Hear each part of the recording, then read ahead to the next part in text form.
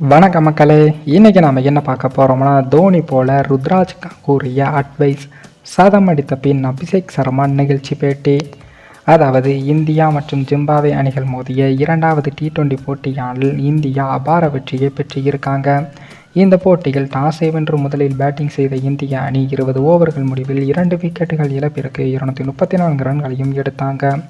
இந்திய அணிக்கு கடந்த போட்டியில் அறிமுகமாகி டக் அவுட் ஆன அபிஷேக் சர்மா இந்த முறை சரவடியாக விளையாடி சதம் அடித்து ரன்களை குவித்திருக்காரு. அவருடன் சேர்ந்து விளையாடிய ருத்ராஜ் 77 ரன்களும், ரிங்கு சிங் 48 ரன்களையும் எடுத்தாங்க.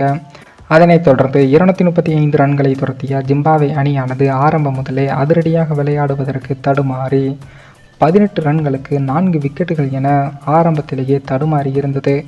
இறுதியில் 134 ரன்களுக்கு ஆல் அவுட் ஆகி தோல்வியை தழுவியிருக்காங்க.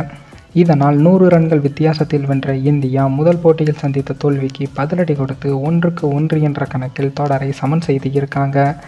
இந்த வெற்றிக்கு சந்தேகமின்றி சதமடித்து முக்கிய பங்காற்றிய அபிஷேக் சர்மா அவர்கள் ஆட்ட நாயகன் விருதையும் வாங்கியிருக்காரு. இந்த நிலையில்தான் ஒரு கட்டத்திற்கு பின் நான் மெதுவாக விளையாடுகிறேன் என்றும் நீ அடி என்று ருத்ராஜ் கேவாட் அவர்கள் தன்னிடம் சொன்னதாக அபிஷேக் சர்மா அவர்கள் கூறியிருக்காரு. அத்துடன் தனது கெரியரின் முதல் ரன்னை சிக்ஸராக எடுத்த அவர் 82 ரன்களில் இருந்தபோது ஹாட்ரிக் சிக்ஸர்களை விளாசி சதமடித்து இருக்காரு.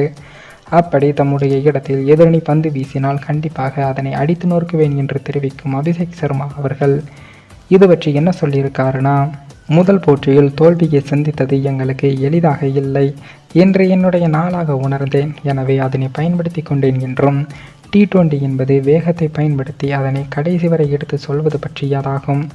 அதே போல ஒவ்வொரு ஓவராக எடுத்து விளையாடி கொண்டிருந்த போது நீ எதிரணியை அடிக்க வேண்டும் என்று ருத்ராஜ் அவர்கள் என்னிடம் அட்வைஸ் கூறினார் என்றும், அதனால் தான் நான் சதமடித்தேன் என்று அபிஷேக் சர்மா அவர்கள் கூறியிருக்காரு. அதே போல ருத்ராஜ் அவர்கள் தல தோனியை போல எனக்கு அட்வைஸ் கூறியுள்ளதாகவும் அபிஷேக் சர்மா அவர்கள் கூறியிருந்தார் என்பதும் குறிப்பிடத்தக்கது. மேலும் இந்த வீடியோ ஏதோ ஒரு விதத்தில் உங்களுக்கு பிடித்திருக்கும் என்று நினைக்கிறேன். நம்ம சேனலுக்கு புதிதாக வீடியோ பார்க்கிறீர்கள் என்றால் மறக்காமல் சப்ஸ்கிரைபர் செய்துவிட்டு பாருங்கள். இன்னொரு வீடியோவில் சந்திக்கும் வரை நான் உங்கள் தமிழ்.